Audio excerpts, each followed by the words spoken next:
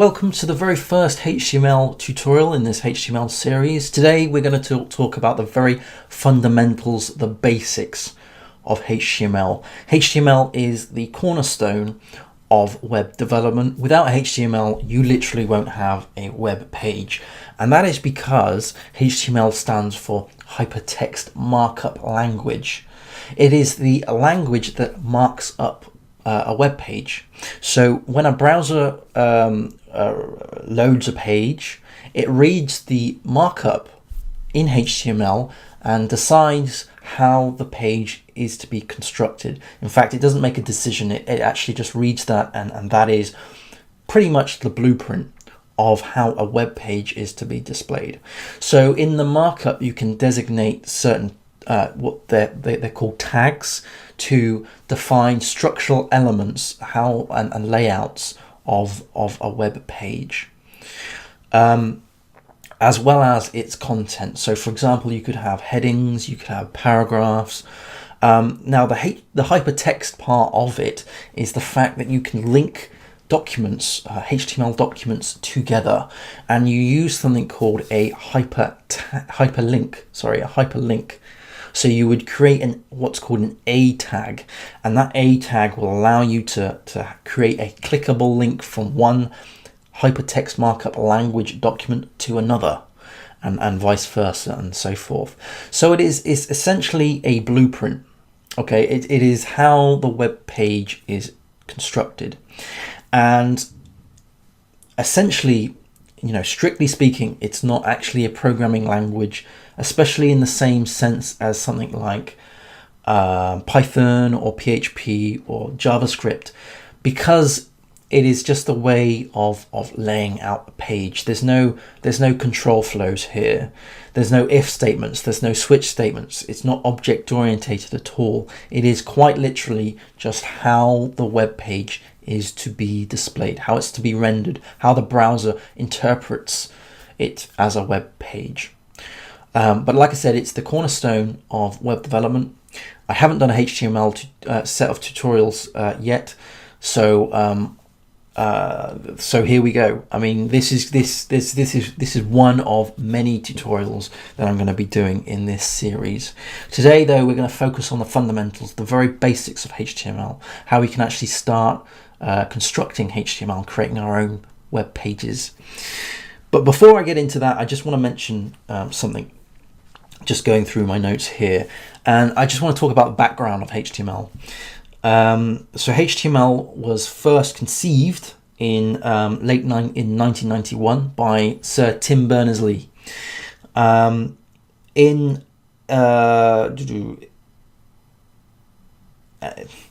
that time, there was version 2.0 came out. Now version 2.0, I'm going to say version 2.0 because HTML itself is a specification, okay? And that specification is decided by a group of people, or organization called the W3C, okay? This organization writes this guideline, you can look it up on the net. Just go to W3C.org, and it lays out how HTML should be used. And the reason why we have this organization is that you don't want to have certain browsers going off and doing their own thing. You don't want certain browsers to go off and say, I'm going to display my paragraphs in a completely different way to another browser. You need to have some level of consistency, some consistency throughout the board, and therefore we have W3C.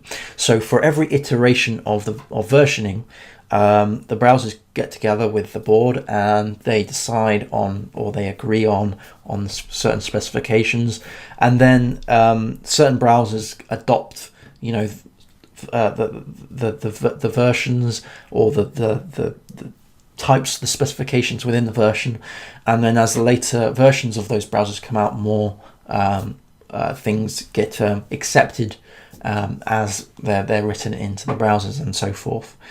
So like I said, back in the 1990s we had version 2, then in 1995 we had version 4. Now we're on version 5, which came out in, I think it was 2012. That does sound like a long time ago, but HTML5 is kind of like the de facto. Now, I'm not going to talk any more about previous versions of HTML. There's really no point, because what's the point in talking about a technology that is no longer used? Because, you know, all the modern day browsers now support HTML5. Okay, so let's actually start writing some code, shall we? So on the right hand side here we have a browser, which is Safari, and on the left hand side we have a text editor, and this text editor that I'm using is NetBeans, but you can use whatever you want. You could use Notepad, for example. Just ensure that the file ends with an extension of .html. Okay, so the first thing that we need to do is tell the browser what version of HTML that we're using.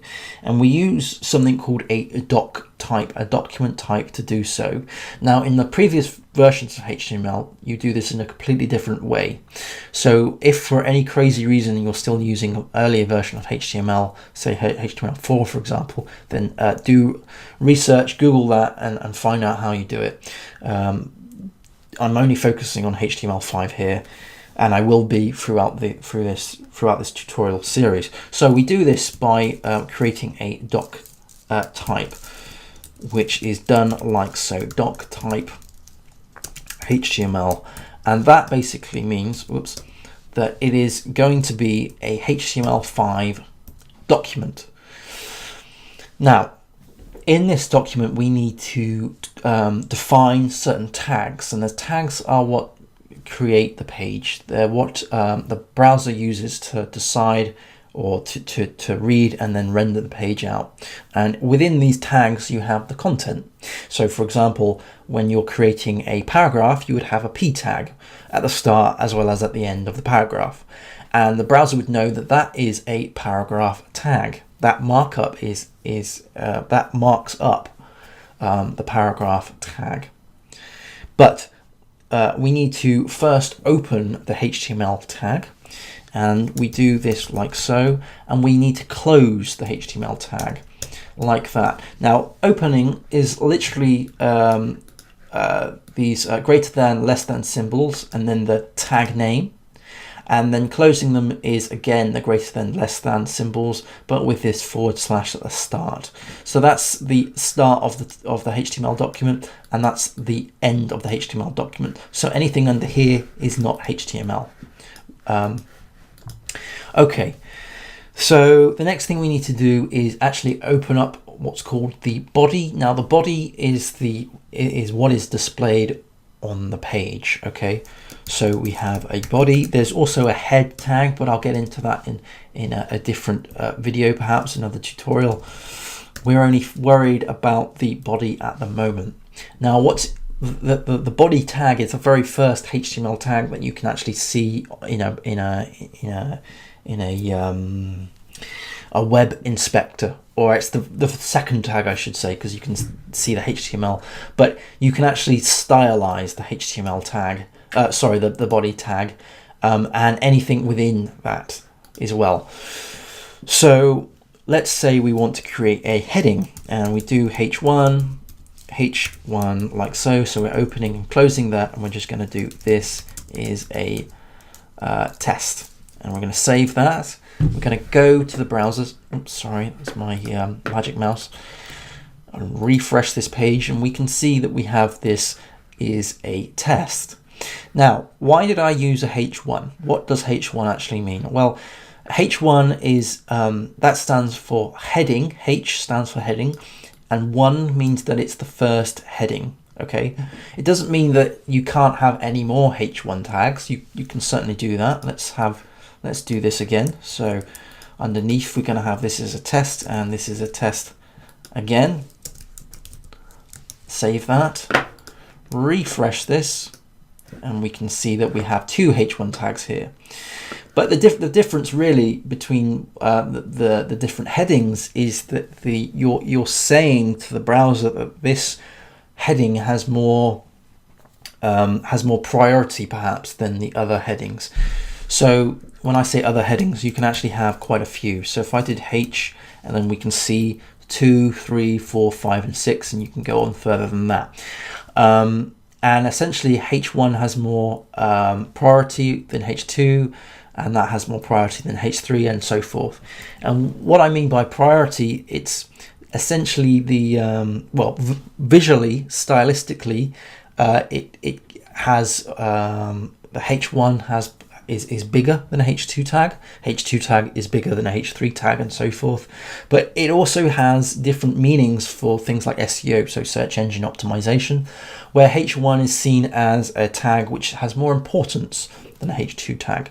So for example, you could create a blog post in WordPress, right, where the template of that blog post has a H1 tag, and the H1 tag is used as the title of the blog article, right? Whereas the H2 tag could be used for something completely different. It could be used as a way of subheading that article. So for example, we could do something like this, H2, and I'm actually going to give this a little bit more meaning. So instead of this is a test, we're going to do article title,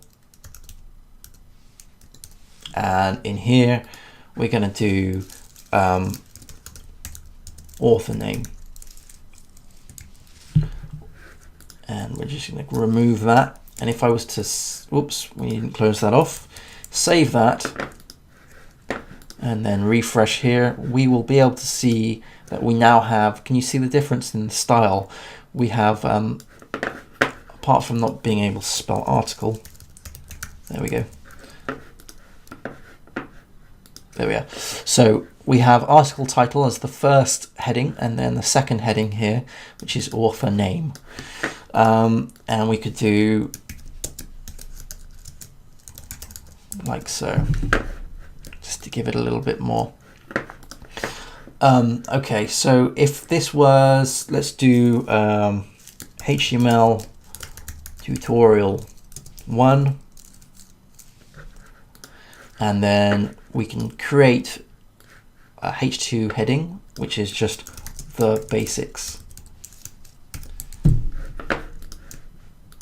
There we go. So we have the heading HTML tutorial 1, and then the subtitle, the basics. Now after this, we actually want to create some paragraphs, and we do that using the P tag. So we do a P tag, and then we close that off, and I'm just going to do this tutorial I don't know, talks about the basics of HTML. Save. And can you see that we have a completely different style now, because this is a paragraph, and we can create several paragraphs if we wanted to. So we can copy that and paste that in, and we have another one down here, but we're just going to remove that for now. Another thing that I wish to show you is something called it's bullet pointed lists. Okay, and there are a couple of bullet pointed lists. We'll get into some further down the line, but the simplest one is the unordered list. So these are called ULs and LIs, and basically a UL is a way of defining that you're going to have a list, and then each list item is then within an LI list item. UL, unordered list, LI, list item. So we can do, this tutorial talks about the basics of HTML and covers, and within the P tag we're going to have, or sorry, not within the P tag, whoops, we're going to have UL, close UL, but within the UL we're going to have a series of LIs. So here we're going to have what HTML means,